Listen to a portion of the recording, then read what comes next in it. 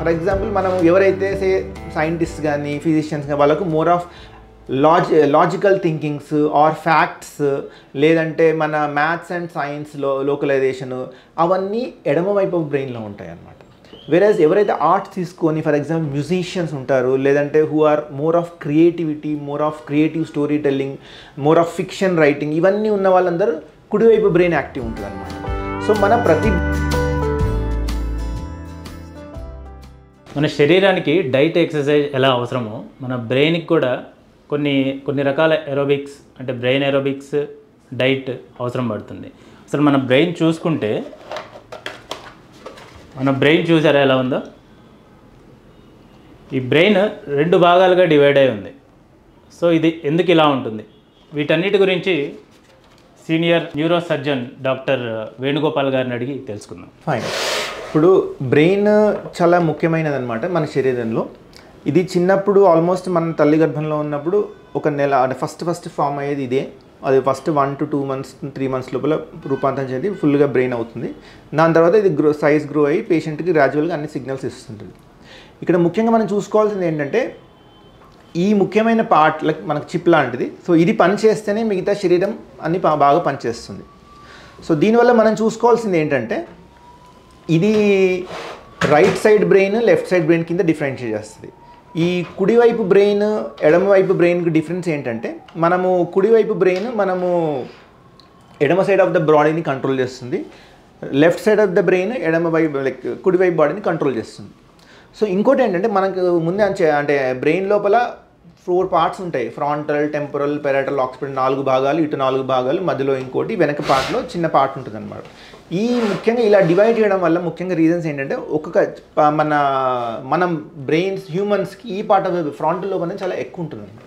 So మన ఆలోచన శక్తి మన థాట్స్ అన్నీ ఈ పార్ట్లో ఉంటుంది. ఇది కనుక మనకు డ్యామేజ్ అవుతే మనం ఆల్మోస్ట్ నిస్తేజం అయిపోతాము.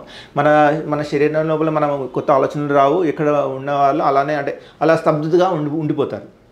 సో ఏంటంటే దీంట్లో మనం కుడివైపు మెదడు ఎడమ వైపు ఫర్ ఎగ్జాంపుల్ మనం ఎవరైతే సైంటిస్ట్ కానీ ఫిజిషియన్స్ కానీ వాళ్ళకు more of logical thinkings or facts లేదంటే మన మ్యాథ్స్ అండ్ సైన్స్లో లోకలైజేషన్ అవన్నీ ఎడమవైపు బ్రెయిన్లో ఉంటాయి అన్నమాట. వేరేజ్ ఎవరైతే ఆర్ట్స్ తీసుకొని ఫర్ ఎగ్జాంపుల్ మ్యూజిషియన్స్ ఉంటారు లేదంటే who are more of creativity, more of creative story telling, more of fiction writing ఇవన్నీ ఉన్న వాళ్ళందరూ కుడివైపు బ్రెయిన్ యాక్టివ్ ఉంటుంది అనమాట. సో ప్రతి ఒక్కరికి ఈ 2 వైపుల యాక్టివిటీస్ ఉంటాయి. బట్ కొంతమంది ఎటువైపు బ్రెయిన్ బట్టి ఆ పర్సన్ దాంట్లోకి వెళ్ళిపోతారు. ఇంట్రెస్ట్ సైన్స్ ఉన్న వాళ్ళు almost left side of the brain ఎక్కువ వాడుకుంటారు. ఫర్ మ్యూజిషియన్స్ కానీ లేదంటే పెయింటర్స్ కానీ వాళ్ళందరూ right side of the brain ఎక్కువ వాడుకుంటారు. సో బట్ ఇది ఎక్సెల్ అయిన వాళ్ళు. But at the same time నేను చెప్పేది ఏంటంటే ఎవరైనా కూడా మన బ్రెయిన్లో దేవుడు అందరికీ అన్ని పార్ట్స్ ఇచ్చాడు.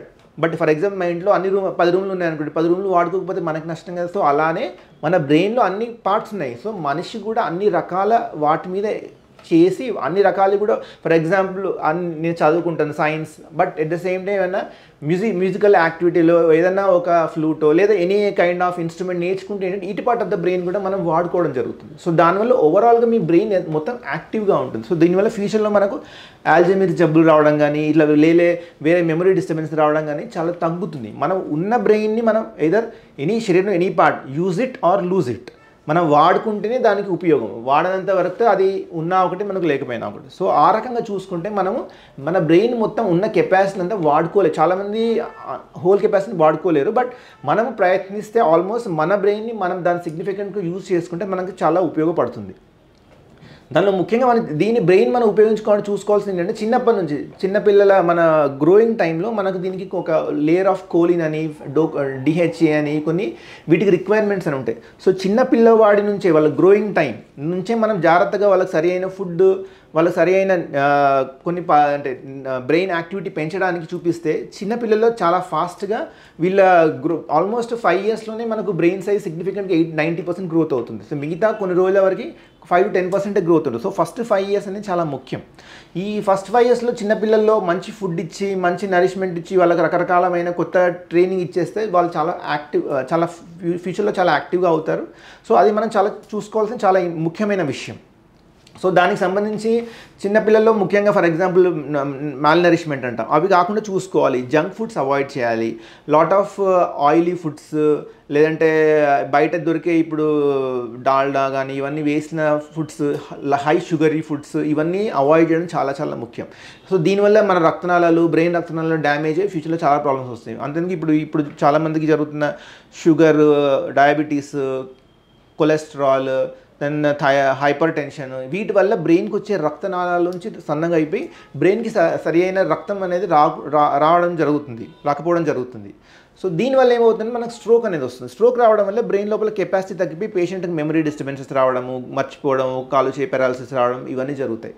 సో ఇవన్నీ మన రొటీన్ జరిగిన లైఫ్ స్టైల్లో మనం తినే ఫుడ్ వల్ల దాంట్లో ఉన్న ఫ్రీ రాడికల్స్ అని తయారై మనం కొంతమంది హీట్ అయిన ఒకసారి వాడిన ఆయిల్ని మళ్ళీ మన హోటల్స్లో కానీ చాలామంది వాడిన ఆయిల్ని మళ్ళీ వాడడం, దానిలో ఏమవుతుంది ఫ్రీ రాడికల్స్ జనరేట్ అవుతాయి. ఈ ఫ్రీ రాడికల్స్ వల్ల పేషెంట్కి మన బ్రెయిన్ మీద ఈ రక్తనాళాలలోకి మొత్తం ఆ ఫ్రీ రాడికల్స్ వచ్చుకుపోయి మొత్తం బాడీని అంతా డ్యామేజ్ చేయడం జరుగుతుంది. బ్రెయిన్ చాలా సెన్సిటివ్ అనమాట. మనకు బాడీలో 20% ఆఫ్ ద ఆక్సిజన్ రిక్వైర్మెంట్ బ్రెయిన్కి వెళ్తుంది.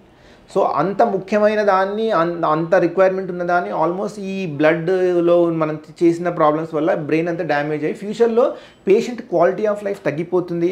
వితిన్ 55-60కే చాలామంది మెమరీ డిస్టర్బెన్స్ రావడం జరుగుతుంది. తన పనులు తను చేసుకోలేకపోవడం, వేరే వాళ్ళ మీద డిపెండెంట్ అవ్వడం, ఇవన్నీ జరుగుతుంది. సో దీనివల్ల ఫ్యూచర్లో చాలామంది చాలా ప్రాబ్లమ్స్ వస్తున్నాయి. సో ఇవన్నీ ఒక ఎత్తు అనమాట. రెండోది ఏంటంటే ఇంకోటి ఏంటంటే మనం చూసుకోవాల్సింది బ్రెయిన్కి సేమ్ మనం ఇప్పుడు ఎలా ట్రైన్ చేసుకుంటే బ్రెయిన్కి కూడా అలా రకరకాలమైన పజిల్స్ ఇవ్వడం కానీ, లేదా చెస్ ఆడడం కానీ, ఏదైనా క్రియేటివ్ యాక్టివిటీ చేయడం కానీ, లేదంటే మనము బ్రెయిన్కి సరిపోయి ఒకలాంటి పజిల్స్ ఇస్తే అది ఆటోమేటిక్గా రకరకాల ఆలోచన శక్తి పెంచి దానివల్ల ఫ్యూచర్లో దానికి మోర్ సైనాప్స్ అంటే లోపల మొత్తం కనెక్షన్స్ రావడం వల్ల దీనికి బ్రెయిన్ కెపాసిటీ అనేది పెరిగి ఫ్యూచర్లో పేషెంట్కు ఏమైనా చిన్న ప్రాబ్లం వచ్చినా కూడా త్వరితగతిన అందులోంచి ఆలోచన శక్తిలోంచి బయటపడి ఈజీగా బయటపడడం జరుగుతుంది. సో దీనికి అందరికీ చెప్పేది ఏంటంటే ఎవరైనా ఉన్నా కూడా మంచి ఫుడ్ తీసుకోవడము, టైంకి నిద్రపోవడము, దాంతోపాటు ఈ selected puzzles or interested topics దేంట్లో ఉన్న కొన్ని పజిల్స్ కానీ, కొన్ని చెస్ కానీ, any kind of creative thoughts కానీ చేసుకుంటే దే కెన్ యూజ్ వాళ్ళు ఉన్న బ్రెయిన్ని ఫర్దర్ డ్యామేజ్ కాకుండా ఆపగలుగుతాం. Plus at the same time patient ఆ బెనిఫిట్ తీసుకోవడం వల్ల వాళ్ళ క్వాలిటీ ఆఫ్ లైఫ్ అనేది చాలా బాగుంటుంది ఫ్యూచర్లో.